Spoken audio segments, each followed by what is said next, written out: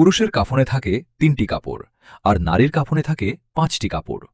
কখনো কি ভেবে দেখেছেন কেন এই পার্থক্য?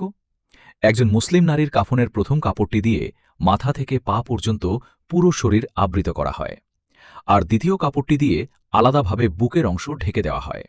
এটি আমাদের মনে করিয়ে দেয় আল্লাহ সুবহানাহু ওয়া তাআলা তার বান্দার মর্যাদা, লজ্জাশীলতা ও সম্মানকে কতটা গুরুত্ব দেন। মৃত্যুর পরও যেন একজন নারীর আবরণ অক্ষুণ্ণ থাকে, ইসলামের সেই শিক্ষাই দেওয়া হয়েছে।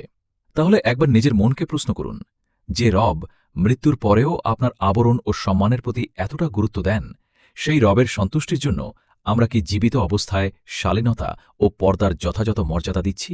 আসুন আমরা সবাই আল্লাহর নির্দেশ মেনে চলার চেষ্টা করি, লজ্জাশীলতাকে নিজের সৌন্দর্য বানাই এবং তাঁর সন্তুষ্টি অর্জনের পথে জীবন পরিচালনা করি।